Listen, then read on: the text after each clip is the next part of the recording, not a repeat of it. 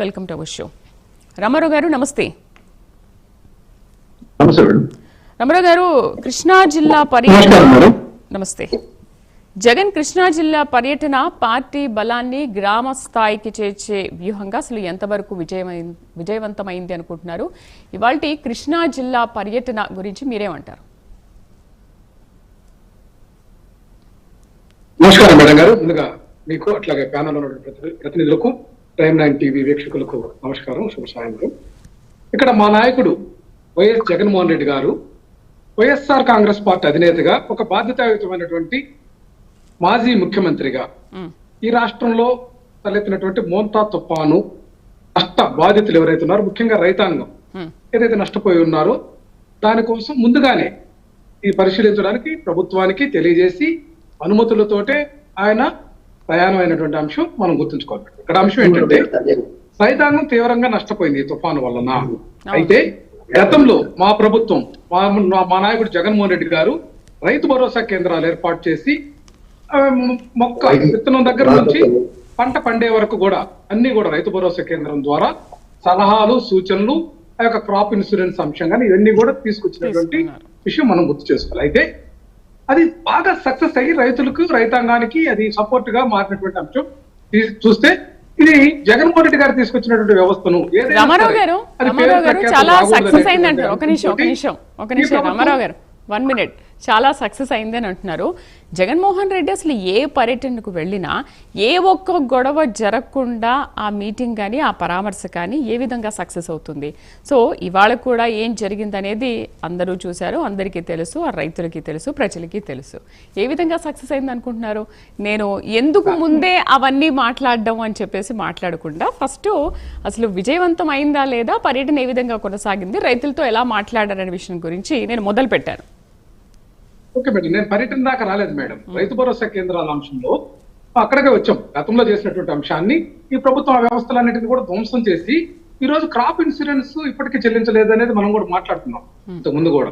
ఇది ప్రభుత్వం చెల్లించాల్సినటువంటి ప్రీమియం చెల్లించకపోవడం వల్ల చాలా మంది రైతులకు ఇబ్బంది కలిగిన మాట వాస్తవం. అయితే మా నాయకుడు జగన్మోహన్ రెడ్డి గారి పర్యటన అంటే వీళ్ళు ఏదో ఒక విధంగా ఆంక్షలు విధించి అడ్డుకొని, ఏదైతే జననేత కదండి, మొట్టమొదటి నుంచి కూడా జగన్మోహన్ రెడ్డి గారు ఈ భారతదేశంలోనే ఒక నాయకుడిగా జనాన్ని ఈయనలాగా, జగన్మోహన్ రెడ్డి గారు లాగా కలిసినటువంటి చరిత్ర లేదు. ఇది ఆల్ టైం రికార్డు కూడా భారతదేశంలోని.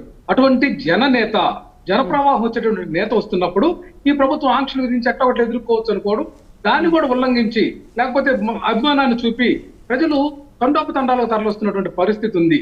ఈ విషయాన్ని ఇంటెలిజెన్స్ ఉంది ప్రభుత్వానికి. గత పర్యటనలో అనుభవం కూడా ఉన్నప్పుడు ఖచ్చితంగా దానికి తగినటువంటి ఏర్పాట్లు ఈ ప్రభుత్వం చేయకపోవటం వల్లనే సమస్య వస్తుంది. ట్రాఫిక్ కానీ మరొకటి కానీ కేవలం ఈ ప్రభుత్వం జగన్మోహన్ రెడ్డి గారు మాజీ ముఖ్యమంత్రిగా జనాల్లో అత్యధికమైనటువంటి ఫాలోయింగ్ ఉన్నటువంటి నేతగా ప్రజల్లోకి వస్తున్నప్పుడు ఆయనకు కల్పించాల్సినటువంటి రక్షణ కానీ, లేకపోతే కార్యకర్తలకు సూచనలు, సలహాలు కానీ, ఆ ప్రజలకు ఏం చేయాలని దిశానిర్దేశం అనే దాంట్లో ఇక్కడ ప్రభుత్వ యంత్రాంగం తీవ్రంగా వైఫల్యం చెందుతుంది మనకు కనిపిస్తుంది కదా మేడం.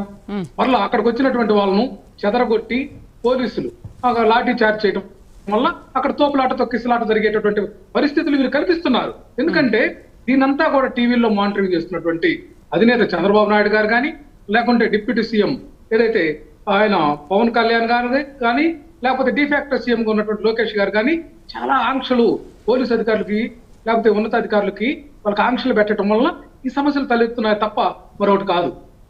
ఇక్కడ మాజీ ముఖ్యమంత్రిగా ఆయన తన పర్యటనను ఖరారు చేసుకున్న తర్వాత దానికి తగినటువంటి అన్ని కూడా సన్నద్ధంగా ప్రభుత్వం ఉండాలి కదా మేడం.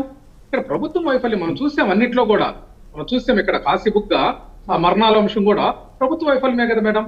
వల్ల అక్కడ ఉన్నటువంటి ఆ యొక్క ప్రధాన ఆ యొక్క ధర్మకర్తను ఆయన అరెస్ట్ చేసినటువంటి పరిస్థితి. ఎన్ని కూడా దుర్మార్గాలు చేస్తున్నారు ఈ ప్రభుత్వం, డీవియేషన్ చేస్తున్నారు. చాలా చోట్ల తెగబడి దౌర్జన్యాలు చేస్తున్నటువంటి పరిస్థితుల్లో భాగంగా వైసీపీని అరెస్ట్ చేయడం మంచిదా కాదా? ప్రభుత్వం స్పందించిందా లేదా అక్కడ జరిగిన ఘటన పైన? అరెస్ట్ చేయకుండా ఉంటే మీరు చెప్పినట్టుగా స్పందించలేదు, ప్రభుత్వం సరిగా పనిచేయట్లేదని అనుకోవచ్చు. ఓకే, ఘటన జరిగింది, దాని మీద విచారణ చేపట్టారు, అరెస్ట్ చేశారు, దర్యాప్తు చేస్తున్నారు. చెప్పండి. చిన్న పల్లెటూరులో కూడా ఉత్సవాలు జరిగేటప్పుడు పోలీస్ యంత్రాంగం ముందుగానే వచ్చి ఈ ఉత్సవం జరుగుతుంది, లేకపోతే ఈ తిరునాళ్ళు జరుగుతుంది, లేకపోతే ఈ జాతర జరుగుతుందని అంచనా వేసుకుని దాన్ని తగ్గ ఏర్పాట్లు చేసేటటువంటి ప్రక్రియ ప్రభుత్వాలకు ఉంది, అధికార యంత్రాంగానికి ఉంది. ఇక్కడ కూడా ఇంటిమేషన్ ఉందని చెప్పి ఆయన ధర్మకర్త చెప్పారు కదా మేడం. ముందుగా వీళ్ళు ఎక్కడ కూడా నిర్లిప్తత, నిర్లక్ష్యం, వీళ్ళు దోచుకోవడం, దాచుకోవడం, అవినీతి, అక్రమాలకు ఇచ్చినటువంటి ప్రాధాన్యత, పాలనాపరమైనటువంటి అంశాల్లో వీళ్ళకి లోపభూయిష్టమైనటువంటి విధానం ఉందనేది మనకు అర్థమవుతుంది. వీళ్ళ యొక్క ముందస్తు జాగ్రత్త చర్యలు ఏ మాత్రం ఉండట్లేదు ఈ ప్రభుత్వం.